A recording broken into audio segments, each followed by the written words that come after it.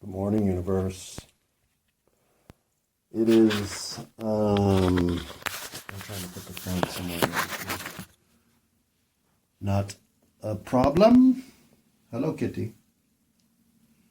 I've spent the night awake with my cat in the second bedroom where I have basically, well, at this point, I think I've imprisoned her for at least the rest of this year. Then I know where she is and I can take care of her and do the best I can for her if she is truly going down. But our night together here, well, I'm not saying we crossed bridges of growth and re-healthing, but we didn't get any worse. And if nothing else, I know I gave my cat this 7-hour span of full love and attention, which is what I was most disappointed I was going to miss out on if she had just crawled into the basement to die. So, and she hasn't bled on anything since she reappeared, I don't think. So there's that. And I'm pretty sure she hasn't peed on anything, but I would never bet on that anymore with her. So with that in mind, yeah, I'm thinking it's a strawberry cough moment myself. I'll be right back. Okay, so should I go ahead and get the joke out of the way? Strawberry cough, living up to its name. All right, I admit that was terrible. But it is 5:46 in the morning. Not exactly my prime time for high-edge cutting comedy, but strawberry cough? Living up to its name? What? You mean tastes like strawberries? Yeah, that's what I mean.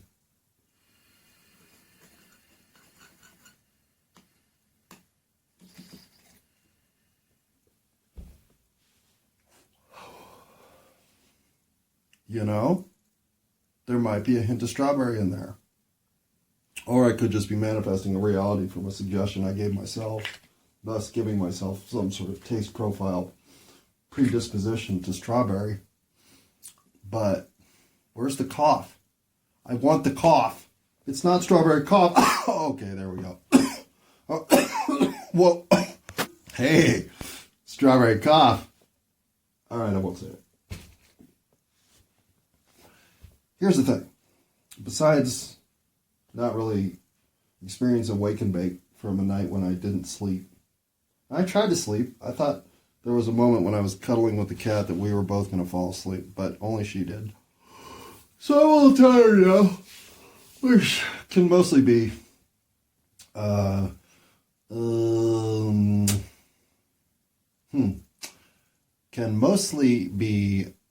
realized by the lack of word recall I just suffered on a concept as simple as making jokes. When I can't explain the process of a redundant joke on strawberry cough as a 5:30 brain fart in action, well, okay, it's 5:47.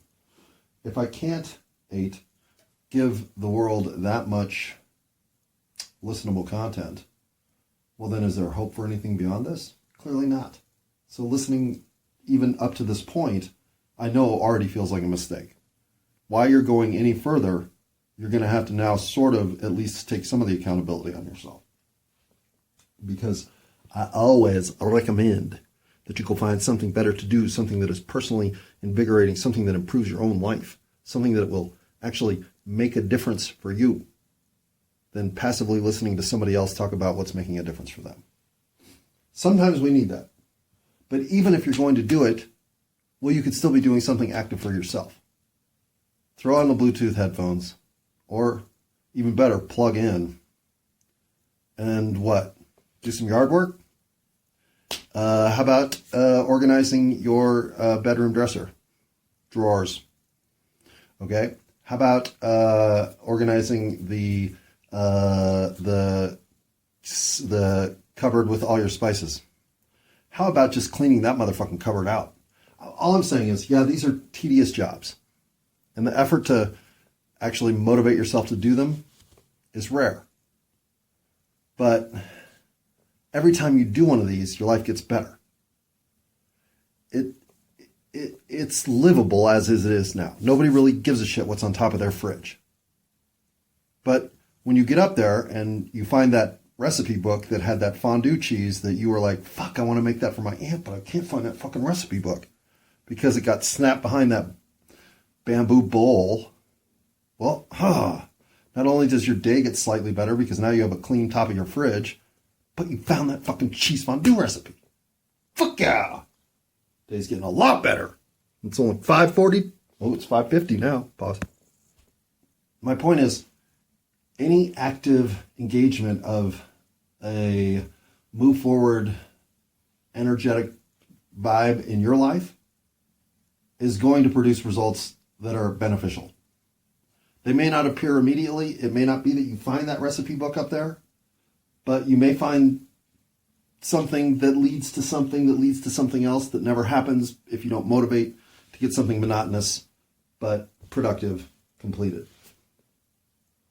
Which is why in the last episode I worked out during the episode, because I feel like if you're going to put forward effort anywhere and you don't know where to put it, well, if you're exercising 3 to 7 hours a week, then I might not have much advice. Actually, I would send you to the float isolation tanks, and I would send you to the golf course. But for the rest of you, exercise is an immediate return on effort. And yeah, the effort sucks. And yeah, you have to do it almost every day initially to get yourself into a rhythm where you can start to do the exercise that you can enjoy that makes it pay off all the more. All of that's true.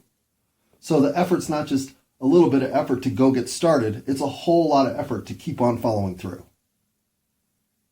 Which is why nobody starts. But when you think about what you're actually asking yourself to do, which is to get yourself in a premium physical condition that enables you to take on any challenge at the best possible chance of your success, to be sleeping better, to be more alert, to be more physically strong, to be more agile, to be more attractive, all the perks that come with exercise are upside. The downside? Well, fat Americans, man. It's a long fucking haul to get from I can't even jog to the end of the fucking sidewalk and back without threatening collapse to I'm doing 25 minutes a day on the fucking Nordic track at 8 miles an hour. But it's not that far. That's the disappointing part. Making changes in your own life for your own betterment is more about believing that you deserve it than anything else. It's easy in this country to be fat. I was fat. I still am fat. Well, I'm still overweight. And I don't need to be 22 tennis player chiseled formed. I don't even need to be 22 football player chiseled formed. I don't even need to be 22 racquetball player chiseled formed. Well, that's about what I'm probably going for. Or ping pong player, something in that range. But I just want to have enough, honestly, flexibility and body strength to avoid injury of an unnecessary kind as I'm now in my 50s. It seems like I can do a little bit of prep work. Well, and plus my whatever body upgrade I signed up for to kick in at age 49, 50, and then to really kick in at age 54. Yeah, that one's just bonus, right? And but while it's engaged, I'm going to max out my opportunity here to be physically formed enough that the stupid shit that I do, I'm less likely to injure myself. That may not be your standard for a physical exercise program, but that's mine, boss. And at 5'9", 155 to 160, depending on when I weigh myself, I'm starting to find myself in almost that physical shape. I got by the time Christmas is here, New Year's for sure, I'll be in maintenance mode because I'll have achieved what I need to achieve to get myself into physically fit mode. And I'll have done this since the middle of September to now and through the rest of the year. So 3.5 months. And I was at least 15 pounds overweight, maybe 20. Well, if you have to redistribute your weight from fat to muscle, then clearly I had 20 pounds, 15 of which needed to come off, or 12, and 5 to 10 that needed to rearrange themselves in other places. I am 2/3 the way through that journey, and we'll finish it by the end of the year. And at that point, we'll need to maintain roughly 2 to 3 hours worth of physical exercise a week so that I don't lose what I've gained. And that's a rather simple program to adhere to. So the idea that we can't do it, I don't have time for that. Do you know how much it takes for me to get out of bed just to go to work? And you think I'm going to get out of bed to then work out, to then take a shower, to then go to work? So you think after a day, do you know what it takes for me to get through a day of work? And then you think after work, I'm going to go to the gym and fucking pedal on a bicycle that's going nowhere but to a window where I can see my own fat reflection? Yeah, I get it. I mean, I do. But you got to believe you're worth it, right? You got to believe something in you deserves to see what you look like in peak physical form. Or at least in the sort of competent physical form that you're not going to injure yourself opening the bathroom door stall at the Burger King. And I know some people listening consider that an adventure. Pause. Okay, on to bigger and barrier things like strawberry cough, maybe. There are good people in the world. A lot of them. 9 out of 10. Maybe more. Maybe 95 out of 100. But there are bad people in the world. And it's not that there are really bad people. There are people predisposed to make soft decisions. And there are not a lot of people predisposed to make hard decisions in circumstances where soft decisions can be made without much fanfare. And so standing up and doing the right thing in the face of all the adversity that can come with it is about the most admirable trait you can see in another human. And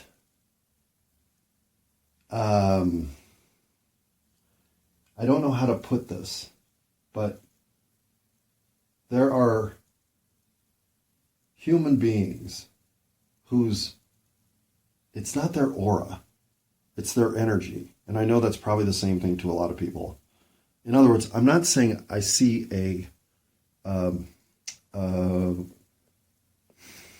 there's not a resonance about them that is manifesting in any way. It's more their eye contact, their choice of speaking emphasis, and their ability to remove themselves in the circumstance from the knowledge or subject matter being discussed. There is a humility inherent to some of these true heroes. And they're emerging now, which, again, fucking makes me worry that all this ancient prophecy has some legitimacy. All things I considered about as viable as the cat in the hat.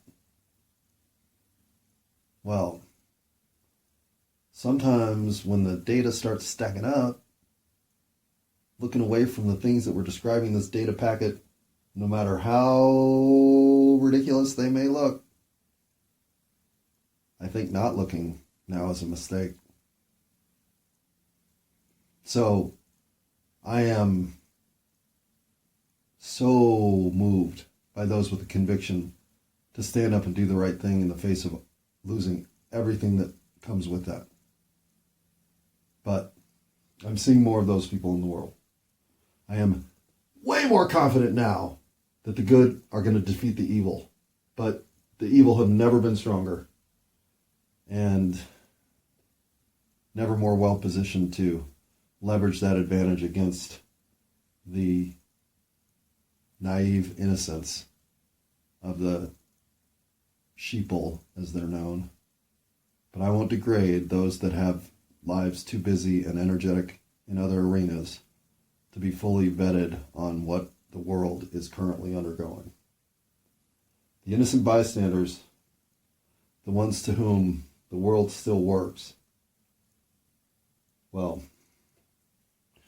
they will suffer the greatest fall of all because they won't be mentally equipped to handle the disillusion of reality as we know it. Now, are you prepared for that?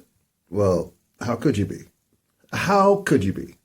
No matter what, it's going to be like that scene in Raiders of the Lost Ark where that guy's face melts off. I mean, it's not going to be just like that, but it'll be surprising.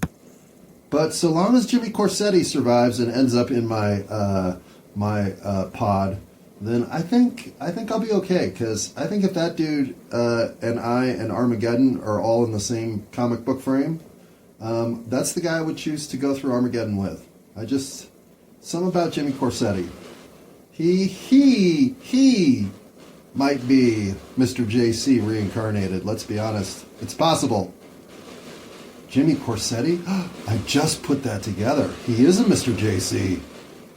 Mr. Corsetti, I am one of your biggest fans, but as you expand your interview style to include more and more unique voices, I'm becoming a huge fan. You are exactly what the world needs. And the guy you had on from the Space Force is the best interview I've seen in years. Well, the most interesting guest I've seen in a year or two, at least.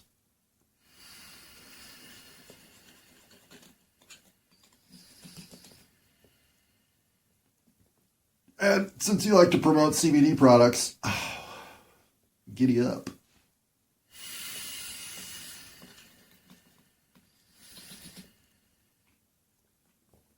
And your comment about Tyson, if you're not here to watch men become better, what are you here for? What the fuck? Seriously, what are you here for? To watch and humiliate men into lower versions of themselves? To degrade humanity at a high level? I'm on Team Humanity too, Jimmy Corsetti. And if you're not on Team Humanity, I wonder what the fuck you're up to. Okay, probably not doing strawberry cough dabs on that. Okay, but let me walk back those two interviews that I'm currently referencing to the point that I think everyone's missing here. And I know, especially combatants such as those already named, have a view on reality that I can't even pretend to construct. And their view on reality is in many ways more viable than mine. So it's with that humility that I enter this conversation knowing what I know, which is all of this conflict in the Middle East is created. In fact, what is going on with this is a 40-year situation coming to bear, where we are watching religious fanatics. I hope they're fanatics. I hope they're fucking fanatics. Engage a worldwide chess maneuver to encourage Armageddon. You cannot mistake what you're seeing for what's really happening. Everything that's happening on the Israel-Palestine border, everything in the Gaza Strip, everything that's happening with the Hamas and Hezbollah creation, all of this bullshit undermining of all peoples by this nefarious cluster that are going to, they're all in on this being the end of the world. I unfortunately can no longer say they're fucking lunatics, crazy, and can't possibly be right. One, because they're dead set on making it happen. And two, because what the fuck do I know anymore? I've been so overwhelmed with my own sense of foreboding for humanity. What do I know anymore? I still root for the best. I still think people like Jimmy Corsetti need to be cloned and populated on every goddamn street corner. But until we get to that point, I know there's enough evil in the world to undo the entire thing. And that evil is on the prowl. So, when you look at what's happening in Israel, it's all been generated by the same group. They created the conflict so they could justify the derision that could then stimulate the response that could then escalate to full annihilation. All calculated, all manipulated, and all evil people doing evil things without one shred of concern for the collateral damage and carnage to those of us who are just here to be decent, good souls in pursuit of a good life, which is 95% of us. Which is why it's so insane to think that any of us have anything against each other. We don't. You have been conditioned to think anything you think about another group of people as anything other than, they're probably pretty good people. Because that's what everybody is. A pretty good person, doing their best, that when shaken by forces that feel greater than themselves, can oftentimes react and do something below their character. So in a world this crazy, anybody hanging on with some level of admirable morality and the capability to stand to the face of adversity that may present itself, well, those people, heroes and heroines that they be, you need to let them know you see them. You need to let them know they matter, and you need to let them know that this is the time for their voice to not lose confidence, but to gain audience. So, I did not conceive of the term meat suit, and I don't know who did. I feel bad about that because I love it. In fact, I think us as meat suit entities is something I now can't let go of. It's what we are. And so I'm going to try to figure out who originally stated the human life experience is nothing but a soul in a meat suit. It might even be a comedian.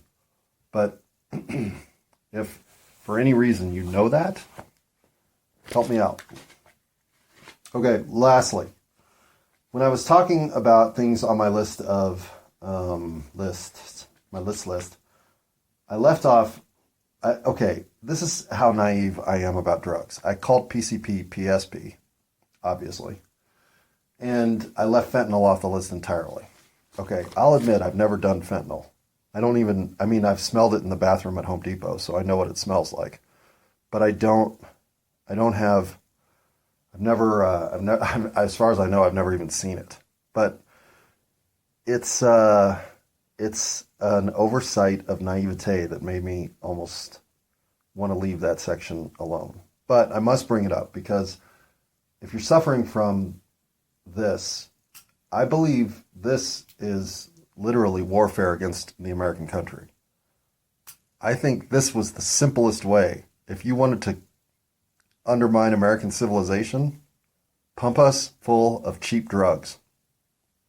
Because we have the time, the money, and the dissociation from each other to eventually say, yeah, you know what? Fuck it, my day has sucked. Do you know I was going to start a workout program after work today, but my motherfucking boss kept me there till 7:30. The gym closes at 8. Well, no, I got Burger King on the way home. I almost fucking hurt myself getting out of the goddamn bathroom, too. I'll tell you what, that stall, I should sue those motherfuckers. So you try fentanyl, right? Because your downstairs neighbor who always seems to be home and always seems to not have as many cares as anybody else in the world, he talks you into smoking a pipe with him outside. And then... So, I mean, I get that if you're there, you're fucked. But much like exercise, you can lose your appetite for drugs if you believe you deserve it. If you think you're a piece of shit who might as well just OD on fentanyl because the world has no other use for you anyhow, that's where you'll end up. But that's not something you don't clearly know. You've already had this discussion in your head. Or you're avoiding it like you don't want to have it, even though the discussion goes one way and one way only. Hey, you want to keep doing this shit, you know what? You're going to end up dead. Why are we having this conversation ahead? I told you I didn't want to have this conversation. Well, 3 months into this new habit, I thought it's time. But if you believe enough in yourself that you're worth it, hell, you can get out from underneath anything negative, no matter how addictive it is. Because nothing's more addictive than believing in yourself. With that level of love, you can willpower your way to anything. I talk about never wanting to bring anyone any angst, and yet I bring angst to my family all the fucking time. Okay, I don't never want to bring anyone angst. I am unwilling to let those I am closest to sit on the sideline when they have so much to offer if they would just volunteer to step up and get in the game. I am going to encourage them to think better of themselves and their need for the team of humanity than they currently do to be sitting out and thinking, it's not worth it. It's worth it. It's not just worth it. It's the salvaging of everything about yourself that you think might have been lost. Your entire nobility is here to be had. The moment is upon you. Recognizing that moment takes some grit and self-determination. But seeing it finally will flood you with the inspiration to do more. So, yeah, I'm abrasive. Yeah, I'm sometimes telling people to love themselves more than they're willing to. But the couple of sparks that ignite, well, it doesn't take many to change the world. So there are times, I guess, that I do want to cause people angst. But that angst is almost always related to finding a way to love yourself more.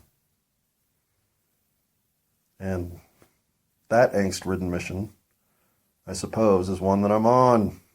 So correction to my previous statements now made.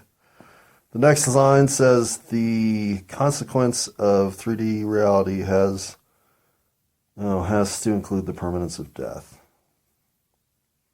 Yeah. So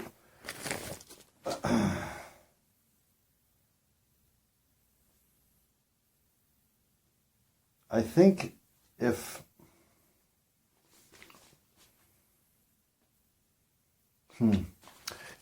the life form of the human, which I think has like a 700 or 800 year capacity, or maybe 1,000, whatever the walking around human form can eventually, without toxins or deterrence, maintain. It might even be more than that, but let's just call it 1,000 years.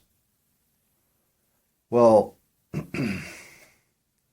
that might be the amount of time necessary to lead the kind of life that gives you the ins and outs of true existence, to gain wisdom, to feel some ascension of Zen Buddhism. But these 80, 90, 100-year life cycles, there's too much disruption, there's too much chaos, there's too much upheaval, there's too much trauma. There's too much dissociation. There's too much pain. There's just not, there's no reflection time. There's no in-between time. There's no me time. There's just obligation. There's commitment. There's what 5 years from now looks like is more important than what you're doing right now. And that separation from self is toxic. And all of this is nothing compared to the permanence that comes with death. Death's the end. Except it's not. It's not even, it is the transition out of the muted existence that this 3D reality is. You don't have to blow your nose up in the ethereal, that's for sure. But if you want to blow your fucking nose, you got to come down to earth. Because the actual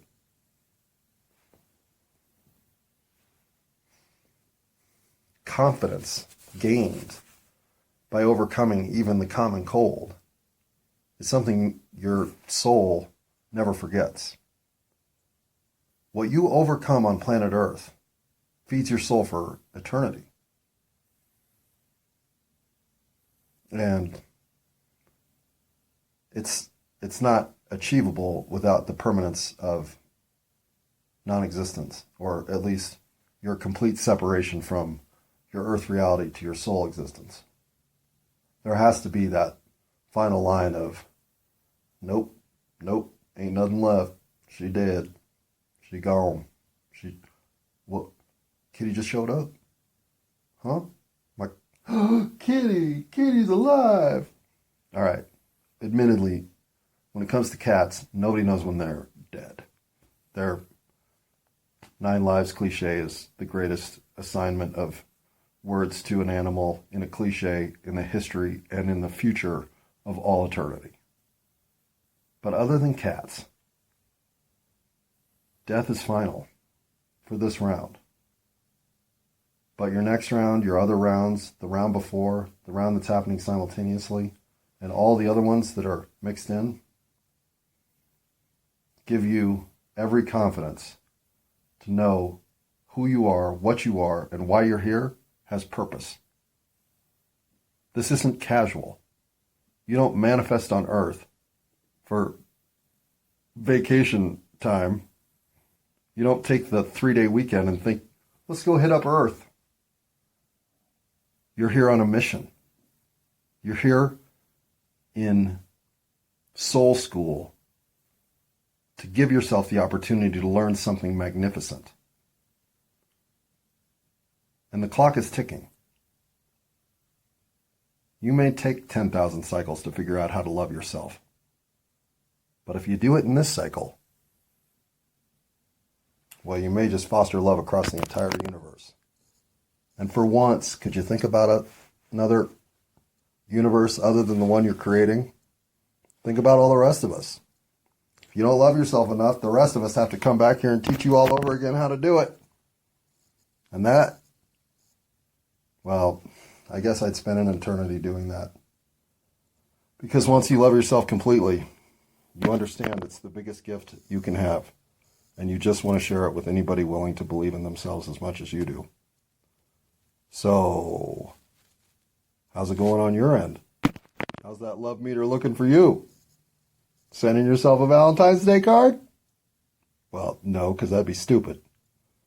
But to know you love yourself completely, the universe doesn't give a bigger gift than that one.